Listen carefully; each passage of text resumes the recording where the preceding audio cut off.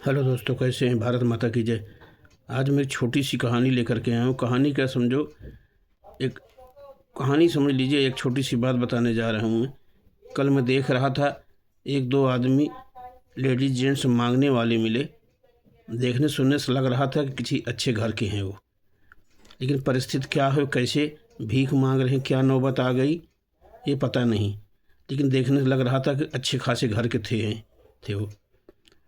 मैं वही कहना चाह रहा हूँ कि आजकल जो औलादें हैं, जब पैदा होते हैं तो माँ बाप उनके पैदा होने की खुशी में कितने मिठाई लड्डू बांटते हैं, बरही करते हैं, छठ करते हैं, और कल शादी ब्याह करते हैं धूमधाम से। इसलिए चलो इसको मैं इस काबिल बना दूँ, कल को जब मैं बुढ़ा हो जाऊँगा मेरी सेवा करेगा, मेरी देखभाल करेगा, मेरी दुख सुख में चिंता में मेरे साथ रहेगा। लेकिन आजकल के औलादें जो हैं, जैसे शादी हो गई, जैसे बीवी आ गई, माँ बाप को पहली बात तो सुनती नहीं। वो तो चलो जो सुनती नहीं, साथ में माँ बाप रहते हैं, चलो उनके लिए तो मुसीबत चलो थोड़ी कम ही है। उल्टा सीधा बोलते हैं, खाना टाइम पर नहीं देते हैं, अगर कुछ बोले डांट लेते हैं। ऐसे जो हरामी औलादें हैं साले। लेकिन वो नालायक औलादों से मैं कहना चाहता हूँ जो अपने माँ बाप को घर से ही निकाल देते हैं। सोचो, जिस दिन वो कहते होंगे कि आप निकल जाओ घर से या ले जाकर वृद्धाश्रम छोड़ देते हैं, उस दिन सोचो उनके दिल पे क्या गुजरती होगी, क्या बीतती होगी, क्या सोचते होंगे, क्या भगवान इसीलिए हमें औलाद दिया था कि जब मैं बूढ़ा हो जाऊं, बेसहारा हो जाऊं, तो मेरी औलाद मेरी उंगली पकड़ के चलने के बजाय, घूमने फिरने के बजाय हमें घर से ही निकाल दे, मैं दाने दाने के लिए मोहताज हो जाऊं। मैं भी कभी जब जवान था, मैं तो अपने माँ बाप की सेवा किया, लेकिन हमारे औलाद ऐसा क्यों कर रहे हैं बीवी के कहने पे। मैं वही कहना चाहता हूँ, जो माँ बाप इतने पहले औलादों को कितना पढ़ाते लिखाते हैं, शादी करेंगे इस काबिल बनाते हैं कि उनकी दुनिया में एक पहचान बन जाए। पता लगा माँ बाप गरीबी में काटे हैं, नून रोटी मिल के खाए हैं, लेकिन औलादों को कभी तकलीफ़ नहीं होने दी। खुद फटा पहन लिए, लेकिन औलाद को बढ़िया बढ़िया पहनाए हैं। अपना जूता चप्पल नहीं है तो फटा फूटा है, लेकिन लड़कों के लिए अगर लड़के कह दिया तो उसको बाप जरूर ला के देगा। आप खुद ही सोचो, बचपन में आपको मोबाइल कौन दिलाता है? पिताजी। कपड़े लत्ते नए नए कौन दिलाता है?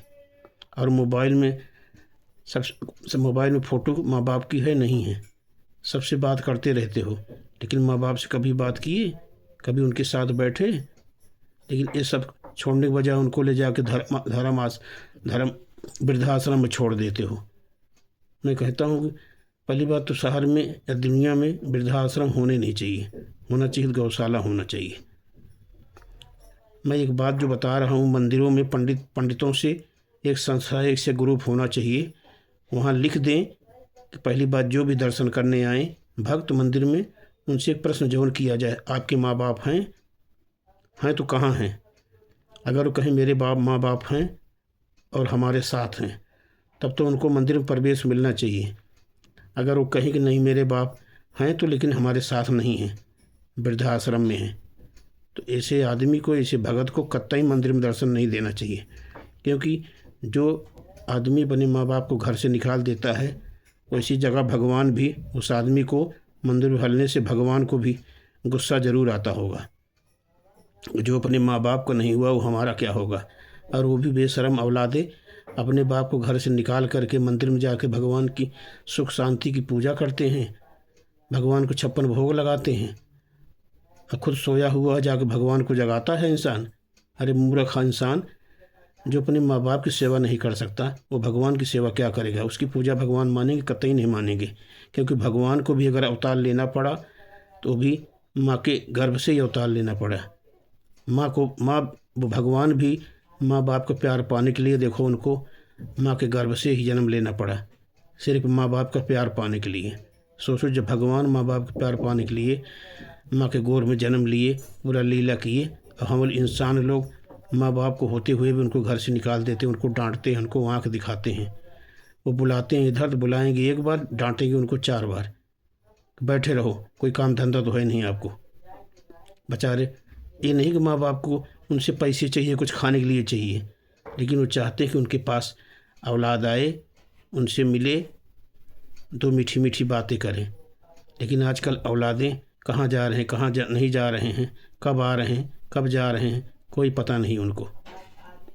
क्योंकि ये सब जानने के बाद अगर हमारे घर पे छत है तो समझो बहुत भाग्यवान हैं, और जिनके घर पे छत नहीं है, जिनके माँ बाप नहीं हैं, समझो उनके दिल से पूछो। लेकिन ये सब जो है इनकी समझ में नहीं आ रहा आजकल देख करके लोगों की, कि लोग कैसे कैसे, क्योंकि बुरा करोगे तो बुरा मिलेगा ज़रूर।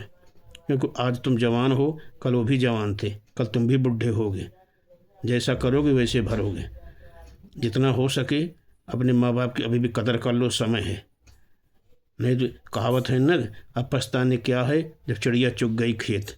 अभी भी समय है, संभल जाओ। अपने माँ बाप अगर कहीं भी हो, कुछ भी हो, तो उनको अभी भी घर बुला लो, अभी देर नहीं हुई है। वो कहते हैं कि अगर शाम का दिन भर का भूला शाम को घर आ जाए तो उसे भूला नहीं कहते हैं। बातें बहुत सारी हैं, बहुत सारी लंबी वीडियो हो रही हैं, आप लोग कहेंगे क्या बता रहे हैं क्या नहीं, लेकिन सच्चाई है जो मैं देखता हूँ बाहर दुनिया में, वही मैं बताता हूँ। तो इसलिए जितना हो सके अपने माँ बाप की इज्जत करो, और कभी भी उनके आँख से, कभी भी भूल से भी एक आंसू उनके आँखों से नहीं गिरना चाहिए। अगर एक आंसू गिर गई तो समझो आपका कर्म उतना ही नष्ट हो गया, बेकार हो गया, फिर आपको कोई नहीं सुनेगा।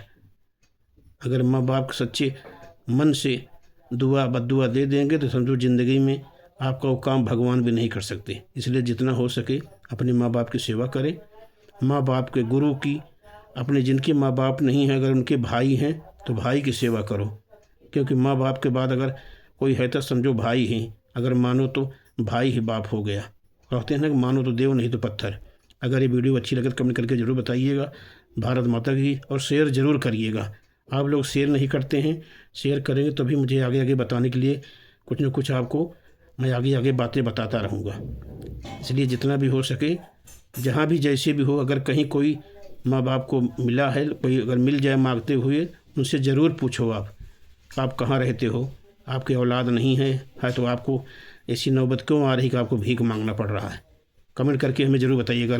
अगर कोई दिन भर में कोई किसी मिल जाए मांगने वाला, उनसे पूछो ज़रूर, उनको खिलाओ कि आपको आपकी औलाद क्यों निकाल दिए। पूछ करके जो भी बताएं वो हमें बताइए ज़रूर कमेंट करके। मैं देखता हूँ कि आप कितने बड़े धनवान हैं, कितने अच्छे आदमी, क्योंकि जो अच्छे आदमी होंगे वही ये कर्म कर सकते हैं, जो नालायक होंगे नहीं करेंगे। भारत माता की जय। वंदे भारत।